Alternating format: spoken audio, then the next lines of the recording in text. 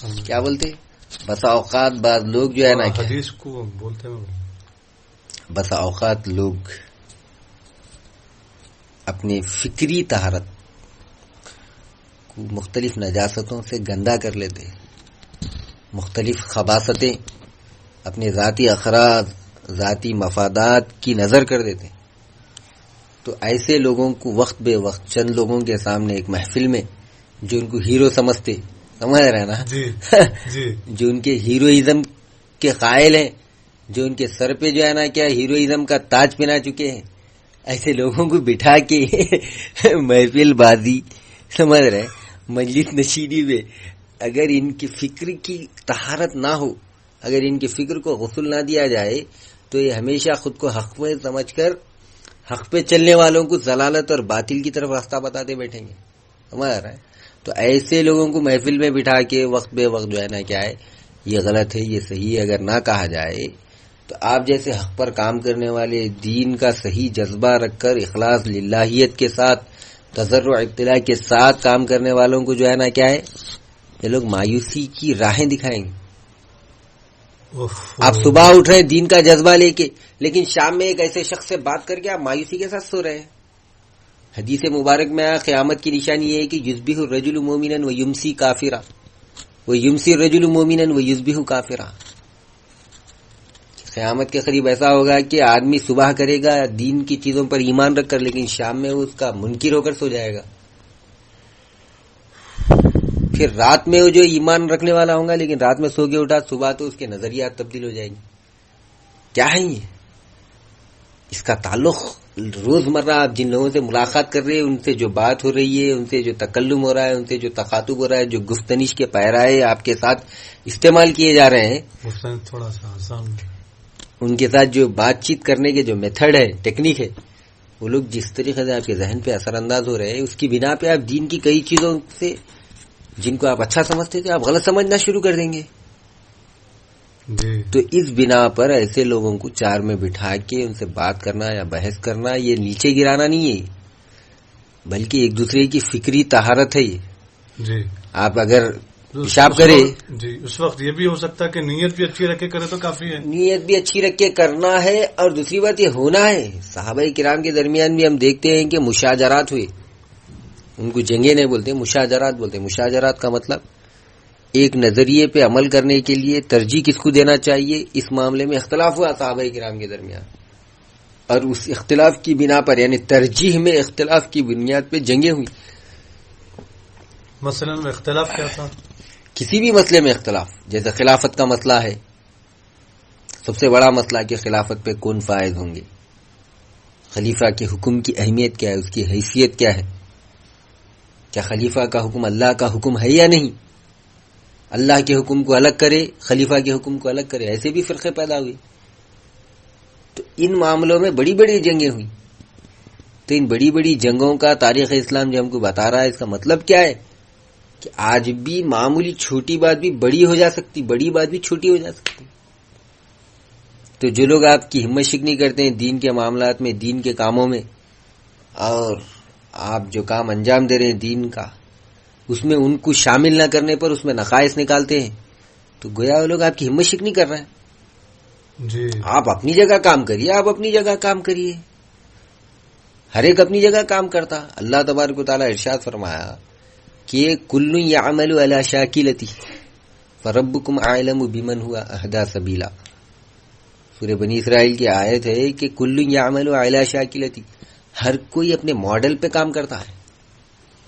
ہر ایک کو اللہ تبارک و تعالیٰ کام کرنے کی الگ الگ کوالٹیز، الگ الگ صلاحیتیں ودیعت یعنی عطا فرمایا. تو ہر کوئی اپنے کام میں لگا ہوا ہے. کوئی کسی کی ضلالت یا گمراہی یا غلط طریقے کا فیصلہ نہیں کر سکتا. آپ مشورہ اس معنی میں دے سکتے کہ بھئی یہ کام کرو اس سے بہتر نتائج ہو سکتے، یہ کام کرو اس سے بہتر. اس کے بجائے یہ بول رہے ہیں کہ تم کر ہی نہیں سکتے، بولے تو گویا ہمت شکنی ہے. یہ تمہارے سے ہو ہی نہیں سکتا، تم یہ کرو اس مت، تم یہ کرو مت، یا تم ایسا کرے تو صحیح رہتے، دوسرا طریقہ غلط ہے بولے تو گویا آپ کی ہمت شکنی کر رہے ہیں. تو ایسے حضرات کا جب فکری طہارت کا جب ان کا غسل نہیں ہوگا تو یہ لوگ سدھر کے نہیں رہیں گے. یہ لوگ ہم سامنے نہیں رہے تو بھی اطراف میں موجود کرنا، احتیاط سے بات کرنا. ان پر جب لگامیں نہیں ڈالی جائیں گی، کسی نہیں جائیں گی، لگامیں کسی نہیں جائیں گی، تو احتیاط سے بات کرنا نہیں آئیں گا، بھول جائیں گے احتیاط کیا ہے.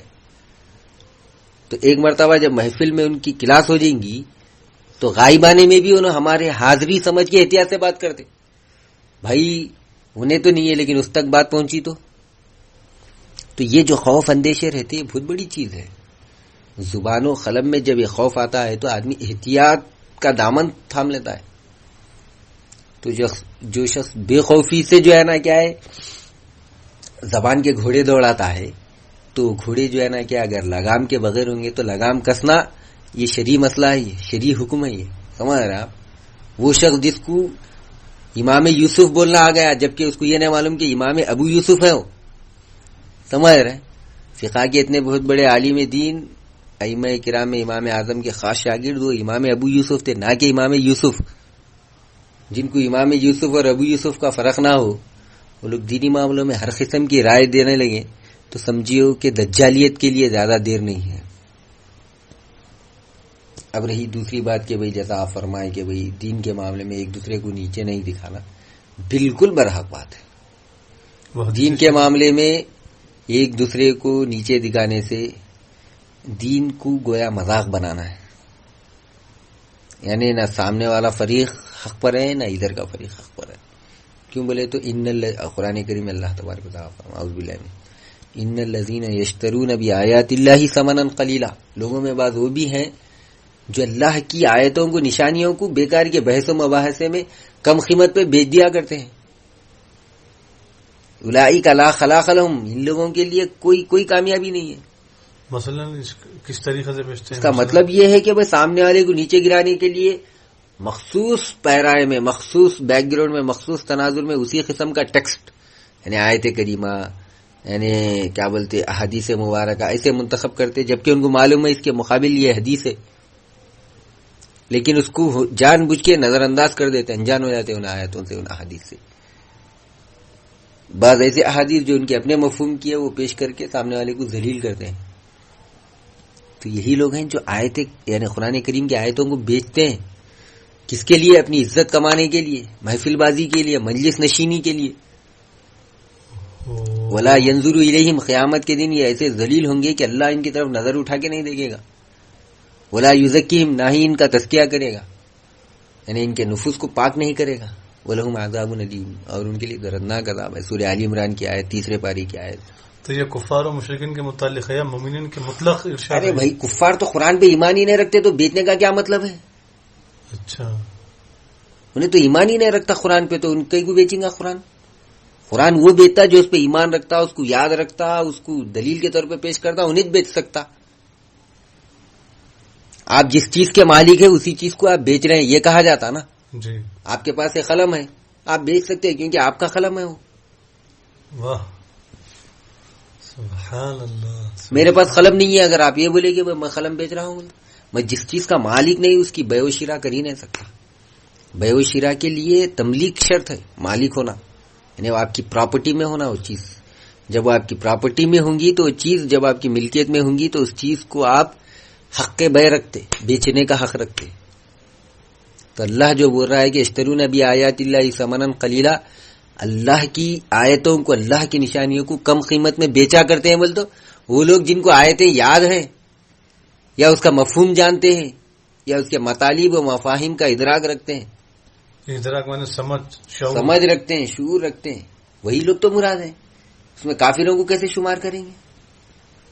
جی سبحان اللہ. کافر کو شمار کرنے کا کوئی مطلب ہی نہیں.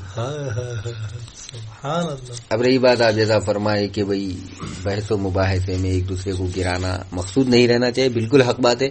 مشکات المصابیح کی حدیث ہے کہ ان الناس لیمارون بعلمہم، ایسے لوگ آئیں گے جو اپنے علم کو استعمال کر کے آپس میں ایک دوسرے سے بحث و مباحثہ کریں گے، مناظرے کریں گے، مجادلے کریں گے، جھگڑے کریں گے. مجادلے بولے تو مجادلے یعنی جھگڑے، جی، خصومتیں کریں گے، آپس میں دشمنیاں، کینہ، حسد پیدا کر لیں گے.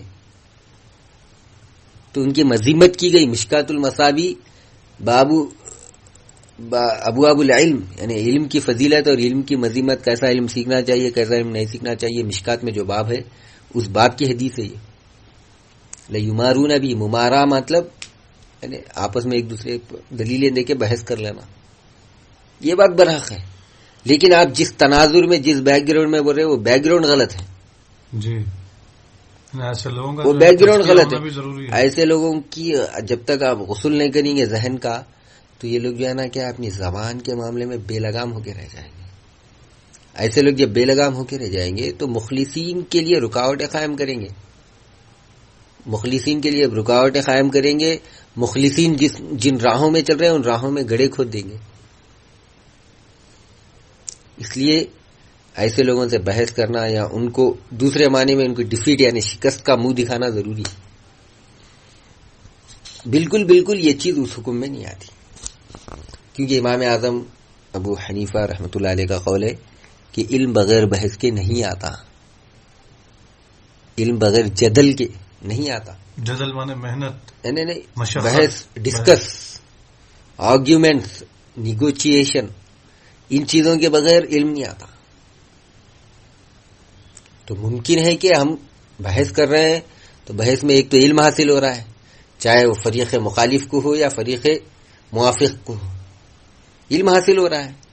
دوسری چیز یہ ہے کہ سامنے والا اگر اس کو تنقید محسوس کر رہا ہے اور تنقید میں اس کی اصلاح ہے، کرٹک میں اگر انہیں یہ سمجھ رہا ہے کہ اس میں اس کی ریفارمیشن ہے، اس کی بہتری ہے، خیر ہے، تو ان قبول کر لے گا. نہیں قبول کرے گا تو ان باغی ہے، سرکش ہے، اور باغی کا انجام تو قرآن بتا دیا، وَعَتَوْا عُتُوًّا کبیرہ. باغی کا علاج تو آخرت میں اللہ تبارک و تعالیٰ کے پاس ہے، بغاوت اور سرکشی، عناد اور عتو کرنے والے کا انجام تو اللہ کے پاس ہے. تو اس اعتبار سے اگر ہم دیکھا جائے تو جس شخصیت کا ذکر ہو رہا ہے تو شخصیت ممکن ہے کہ عقل میں اعلیٰ درجے پر فائز ہو، ادراک میں چیزوں کو کیچ کرنے میں اعلیٰ درجے پر فائز ہو، لیکن ضروری نہیں کہ اس ادراک اور انتاج کو ہر کوئی قبول کرے، یا ضروری نہیں کہ ان کے جو تھنکنگ پروڈکٹ ہے، سوچ کر جو نتیجہ نکال رہے ہیں، ضروری نہیں کہ وہ صحیح جگہ اس کو چسپاں کر رہے ہو، کسی اور کو بولنے کی چیز کسی اور کو بول رہے ہو، ممکن ہے. تو ہم ان کو یہ سکھانا چاہیے کہ بھائی آپ جو چیز سوچے ہوئے وہ صحیح آدمی اس کا یہ ہے، یہ نہیں. تو گویا یہی چیز بحث و مباحثے میں جو ہے نا کیا ہے، اصلاح کا ذریعہ بنتی ہے، موجب اصلاح بنتی ہے. ممکن ہے کہ انہوں جو بات بول رہے صحیح ہو، لیکن جن کو مخاطب کر کے بول رہے وہ غلط ہو، یا یہ بھی ممکن ہے کہ وہ مخاطب ہی کے لیے خاص طور پہ انہوں اپنے ذہن سے کچھ خود ساختہ یعنی ریڈی میڈ فکریں بنا کے بول رہے ہو، یا یہ بھی ممکن ہے کہ ان کے اپنے مفادات، اپنے اغراض عزیز ہوں ان کو، اس لیے بول رہے ہیں، یہ بھی ممکن ہے. تو تمام امکانات کو مد نظر رکھتے ہوئے ان کے ذہن و فکر کا غسل واجب العین ہو جاتا ہے، فرض کفایہ نہیں بلکہ فرض عین ہو جاتا ہے. تو یہاں پر اس مسئلے میں کہیں بھی یہ بات نہیں آتی کہ بھئی کسی کو بحث و مباحثے میں علم کے ذریعے نیچے گرانا، ایسا کچھ بھی ممکن نہیں ہے.